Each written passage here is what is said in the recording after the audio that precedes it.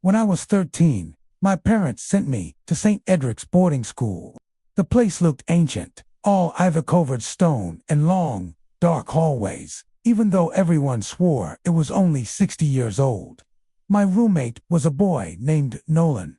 He was pale, quiet, and kept to himself. The first time I saw him, he was sitting on his bed with his back to the window, clutching a small, worn notebook like it was the most precious thing in the world. I walked in, dropped my bags, and said, "Hey, I'm Ethan." He didn't even look up from whatever he was doing in that notebook, just gave a slight nod and went back to writing. I figured he was just shy, maybe a little awkward, but that feeling didn't last long. That very first night, as I was unpacking my stuff, he walked over and handed me a folded piece of paper. I opened it. It read, "Rules for the room." There were only 3.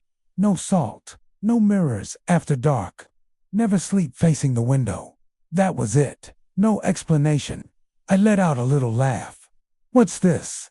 Some kind of weird prank for the new guy?" I asked. Nolan didn't smile. His expression was completely flat as he said, "If you follow them, you'll be fine." I didn't want to start an argument with my new roommate on day 1, so I just shrugged and pretended to take it seriously. I crumpled the note and tossed it in the bin. I saw him glance at the bin, and his jaw tightened for just a second. That night, well after lights out, he sat up in his bed. I could just make out his silhouette in the moonlight. He was whispering to himself, but it wasn't just mumbling. I could hear fragments of words, like he was in a hushed conversation with someone who wasn't there. After a few minutes, it was getting on my nerves. "Hey man, can you keep it down?" "Trying to sleep here," I said, rolling over to face the wall. He didn't answer. The whispering just stopped. The silence that followed was somehow worse. By the 3rd night, the room already felt ... wrong. I couldn't shake this constant, prickly feeling that I was being watched, that he was listening to every breath I took, even when his back was turned. My curiosity finally got the better of me. While he was in the shower, I crept over to his desk. His notebook was lying there, open. I told myself I was just being nosy, that it was no big deal. But what I saw inside wasn't a diary. It wasn't homework. The pages were filled with these strange, intricate drawings. They were circles within circles, filled with symbols I'd never seen before, all connected by these thin, branching lines that looked unsettlingly like veins. As I flipped a page, my blood ran cold. In the bottom corner, written in tiny, neat letters, was a name, Ethan. My stomach twisted into a knot. I was certain I had never told him my name. That night, I woke up to a sound, scratching. It was coming from under Nolan's bed. It wasn't a frantic, mouse-like scratching. It was slow, deliberate. Scrape, ... scrape, ... scrape, ... like something was dragging long nails across the wooden floorboards. I held my breath, completely frozen in my bed, listening. Then, I heard Nolan whisper something into the darkness, a single, sharp word I couldn't understand, and the scratching stopped, just like that. The next morning, my hands were still shaking. I tried to sound casual. "Hey, do we have mice or something? I heard scratching last night." Nolan looked up from his breakfast, and his eyes were so empty, it was terrifying. He looked at me like I was the stupidest person on earth. "It's not mice," he said, his voice a low monotone. "It just wants to know your name." I tried to laugh it off, but the sound caught in my throat. He wasn't joking. There wasn't an ounce of humor in his face. He just went back to eating his oatmeal, leaving me sitting there in a cold sweat. A couple of nights later, during our mandatory study hour, I was sitting at my desk, trying to focus on a history chapter that made no sense. I'd bought a bag of chips from the vending machine down the hall. Munching on them, I got to the bottom of the bag. Without even thinking, I tipped the last of the salty crumbs into my palm to lick them off. That's when I remembered. Salt. Nolan's head shot up from his book like he'd been struck by lightning. His face went completely, deathly white. He scrambled from his chair, lunged across the small space between our desks, and slapped the chips straight out of my hand. Salty crumbs scattered all over the wooden floor. He wasn't yelling. He wasn't angry. He was terrified. He just whispered, his whole body trembling. "You broke the rule." Before I could even process what was happening, before I could ask what he meant, the single light bulb in our desk lamp flickered. Then the overhead light flickered. And then, one by one, with a series of sharp asterisk, pop asterisk sounds, every light in the room went out. We were plunged into absolute, suffocating darkness. And in the ringing silence that followed, I heard it. Breathing. It wasn't mine, and it wasn't Nolan's. It came from the corner of the room, near the closet. It was a low, heavy, wet sound. A deep, rattling inhale, followed by a thick, gurgling exhale. I instinctively turned my head toward the sound, but there was nothing to see. The darkness in that corner seemed thicker, blacker than the rest of the room, like a patch of night that the moon couldn't touch. Nolan was backing away, stumbling over a chair, whispering frantic words in a language I didn't recognize. The breathing grew louder, closer. It sounded like something heavy and wet was dragging itself across the floor, toward me. I felt a hand grab my wrist, hard. It was Nolan. He pressed something small and rectangular into my palm, his notebook. "Don't open it," he hissed, his voice cracking. "Not yet." And then the window shattered. An explosion of glass sprayed into the room, and a blast of frigid night air rushed in. Nolan started screaming, but it wasn't a scream of fear. It was a raw, primal roar, like he was trying to drown out another sound, something only he could hear. I couldn't see what was in the room with us, what was in that patch of impossible darkness. But I felt it, as it moved past me. Something brushed against my shoulder. It felt like a cold, damp hand, slick and heavy. The next thing I knew, the door burst open. Dorm staff, flashlights cutting through the gloom. The room was a wreck. Glass was everywhere. Both of us were on the floor, shaking uncontrollably. Nolan was just staring at the empty corner, silent now, tears streaming down his face. They took him away that night. I heard the teachers whispering about a breakdown, a psychotic episode. The next day, I was moved to a new room on a different floor. As I started unpacking my bag, my fingers brushed against something that didn't belong. It was Nolan's notebook. I had no memory of putting it in my bag. My hands trembled as I held it. His warning, "Don't open it," echoed in my head. But I had to know. I opened it to the first page.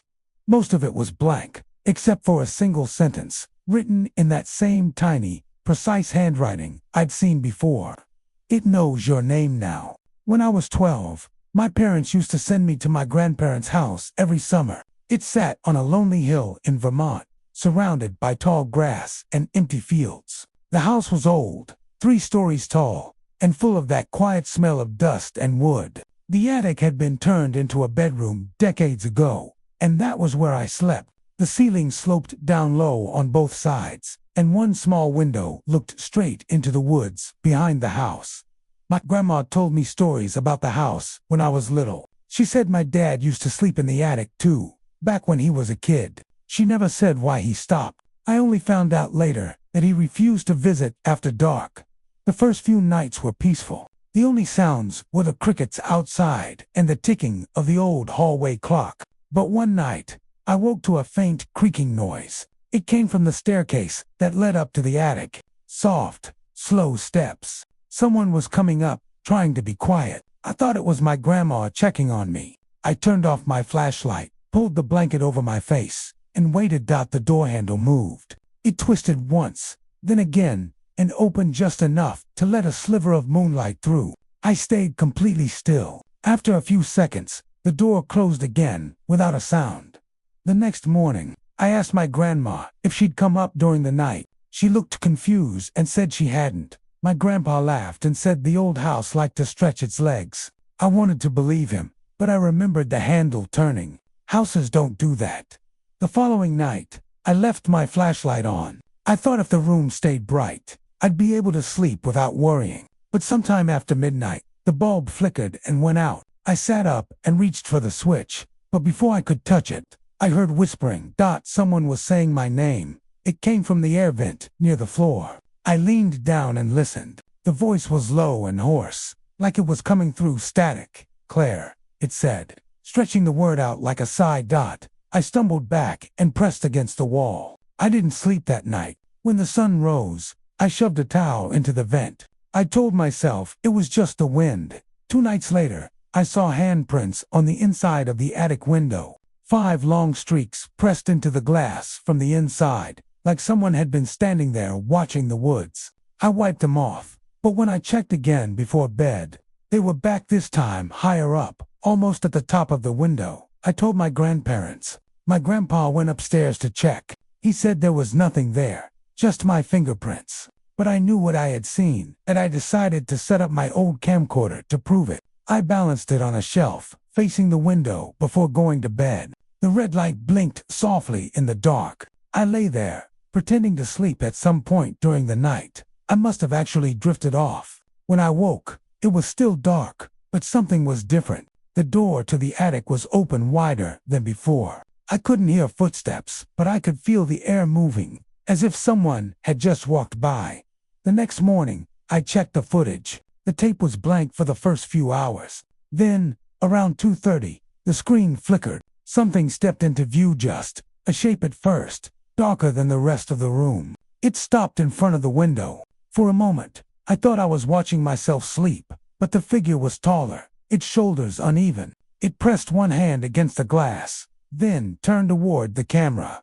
There was no face, only skin stretched tight, smooth, an empty dot. I screamed and dropped the camcorder. When I showed my grandparents, the tape wouldn't play. They said the cassette must have been damaged. I tried again that night, but the player made a loud worry sound and spat the tape back out. Melted dot. That same night, I woke to someone sitting at the foot of my bed. I couldn't move or speak. I could only see the outline of a person hunched forward, their head tilted, listening to my breathing.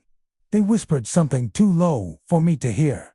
Then the attic light flickered back on. The figure was gone. The next morning, I begged to sleep downstairs. My grandparents agreed, though they didn't say why so quickly. When I went back up to pack my things, I noticed the window again. The glass wasn't dirty anymore. It was cracked. On the inside, carved in thin, jagged lines, was a single word scratched into the pane: stay. I never went back to that house again. When I was 10, my family lived on a small farm in Indiana, the kind of place where the wind never stopped moving, and the nights were so quiet you could hear the cornfields breathing. Our house sat right beside those fields, and behind them was a thin line of trees that everyone called the edge. My mom said not to go past it, because it dropped off into a creek. But I always wondered if that was true. We had one scarecrow out there. My dad had built it years before I was born. It stood right in the center of the corn, its arms stretched out, wearing an old plaid shirt and a burlap sack over its head. I didn't like looking at it. The wind made its sleeves flap like it was waving dot. Every summer night, I left my window open to feel the breeze. One night, I heard laughter coming from the field. Not adult laughter, but the giggling of kids, far away and echoing through the corn. I pressed my face to the screen, but the field was still. Only the scarecrow stood there, facing the house. That the next morning, I asked my dad if any neighbors had kids. He said no one lived within miles. When I mentioned the laughter, he told me I must have been dreaming, but I wasn single quotes. But the next night, it happened again. The same laughter, only closer this time. I stared at the scarecrow and realized something that made my chest tighten. It was turned slightly to the left, its head facing my window. That I thought maybe the wind had twisted it. So I told my dad at breakfast. He didn't say anything, just looked out the window toward the field and frowned. That night, when he came back inside from his usual evening rounds, his boots were covered in mud. I asked if he'd fixed it. He said yes, but the way he said it sounded uncertain. The next morning, it was facing my window again. That night, I woke up to tapping on the glass. Gentle, rhythmic, like someone flicking their finger against the window pane. I turned my head, heart pounding. The tapping stopped, and for a second I thought I imagined it. Then I heard it again, only slower. I pulled the curtain aside, just enough to peek. The scarecrow was gone. The next morning, my dad went out early and came back pale. He said the scarecrow had fallen and told me not to worry. But I saw the truth when he wasn't looking. Muddy footprints led from the field to the side of the house and then vanished near my window. After that, I refused to sleep alone. Mom said I was letting my imagination get the better of me. But even she started locking the windows. One night, a storm rolled in. Lightning flashed across the sky, and thunder rattled the windows. I sat awake, clutching my blanket. Through the flashes, I saw the field glowing white with every strike of light. During one flash, I saw something that made my heart stop. There were figures standing around the scarecrow, 5 of them. Small, thin, like children. They held hands in a circle. When the next flash came, they were gone. I ran to my parents' room and begged them to look. My dad finally grabbed his flashlight and went outside. I waited at the window, trying to see through the rain. His beam of light moved between the corn rows, then stopped. I heard him shout my name, but it was swallowed by the thunder. He came back a few minutes later, soaked and shaking. He wouldn't talk about what he saw. He just said we were staying inside for the night. The following morning, I ran to the window. The field looked untouched, except for one change. The scarecrow was standing again, but it wasn't wearing the old plaid shirt anymore. It was wearing my dad's jacket. We left that farm a week later. My parents said the land had gotten too hard to manage, but I knew that wasn't true. I overheard them talking in the kitchen one night. My mom said she'd seen someone outside the window after the storm. Not a man, not a child, something in between. Something that looked like it was wearing skin too loose for its body. A month later, I saw a photo of our old house online. The new owners had posted it. Everything looked the same except the field. There were now 2 scarecrows standing side by side. The second one was wearing a plaid shirt that looked exactly like mine.